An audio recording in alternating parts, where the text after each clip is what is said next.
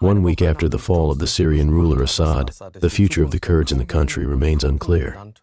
While peace has returned to many parts of the country, there is renewed fighting in northern Syria. Here, the Kurdish forces supported by the USA face off against Turkish-backed fighters. Tens of thousands of people are fleeing. I turn now to our correspondent, Matthias Ebert, who is in northern Syria. Matthias, what is the current state of the fighting where, as we've heard, Islamists are fighting alongside the Turkish military against the Kurds? Bei denen, wir haben es schon gehört, Islamisten zusammen mit türkischem Militär gegen Kurden kämpfen. Currently, it is largely calm, at least relatively calm, here in these northeastern Syrian administrative regions. We hear of no heavy fighting. It seems that the ceasefire agreement, which remains in effect until tonight, between these Islamist militias and the Kurdish-dominated forces here in the northeast, is holding for now. However, what we sense and see, especially when we were in the city of Raqqa yesterday, is the immense fear among people that IS, with thousands of its fighters still imprisoned by the Kurds, could use sleeper cells to attack these prisons and free fighters. There is also the general fear of attacks, including suicide bombings, by IS terror cells. This fear is significant. It is a huge problem for the region. Nothing here is stable. People genuinely fear that the situation could deteriorate further. Und das ist ein ganz großes Problem für die Region. Stabil ist hier nichts. Die Menschen haben wirklich Sorge, dass die Lage jetzt wirklich schlimmer werden könnte. How are the residents in this area doing? Many of them are refugees themselves.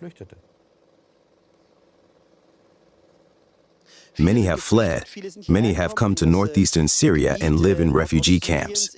The existing camps have been in place since the fighting began in 2019 with these Islamist militias.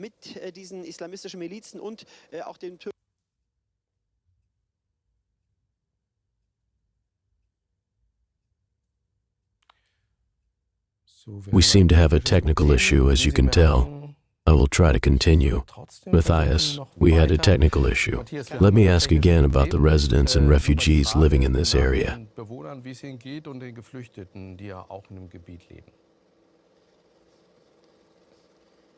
The people here are taking in many refugees, which is a burden. They have almost grown accustomed to the economic crisis that has been ongoing for years.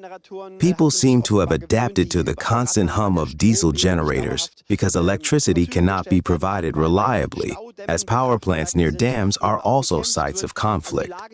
The situation is extremely precarious. Inflation is rising, prices are skyrocketing. People have been living in crisis mode for many years, enduring the situation with even more refugees than before.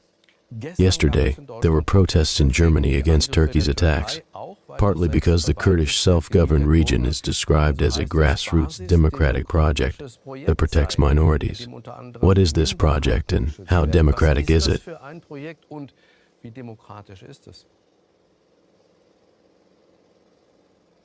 What we truly see here through our filming is that minorities are indeed protected. That is definitely the case.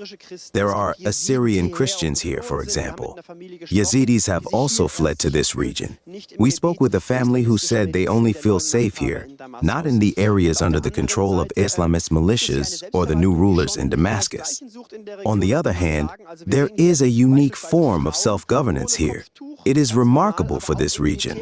For example, we see women without headscarves, quite normally, but also in military uniforms at checkpoints, holding positions even in higher military ranks.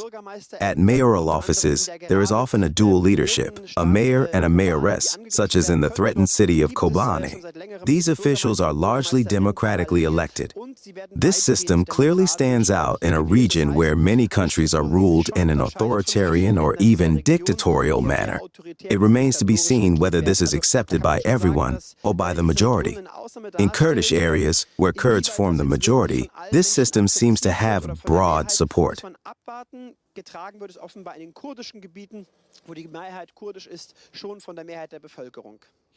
The Kurds, as mentioned, are also supported by the USA. How involved are the USA in the current fighting?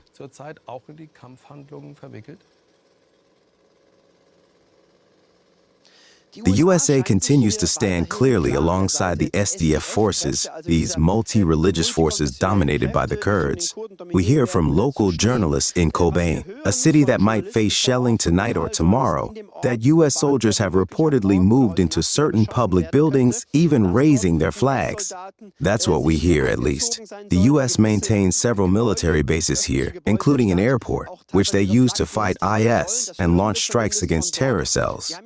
It seems they are increasingly supporting the Kurds on the ground against NATO partner Turkey, which is allied with Islamist militias and also conducts drone strikes here. How this situation will develop militarily remains unclear.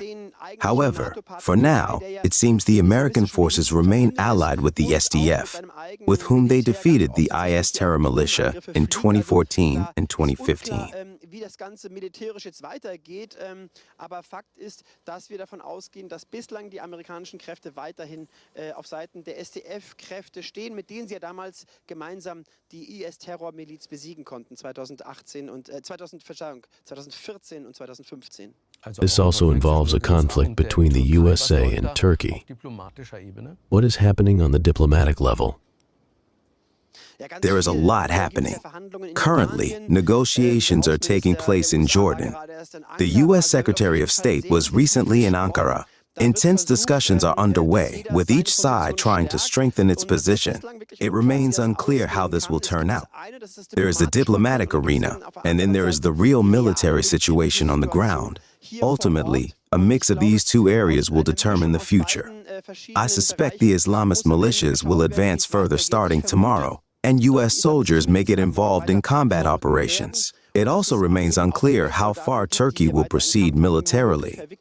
From organizations like the Kurdish Red Crescent, we hear reports of drone strikes on civilian targets. Whether Turkey will further engage with its own military remains uncertain.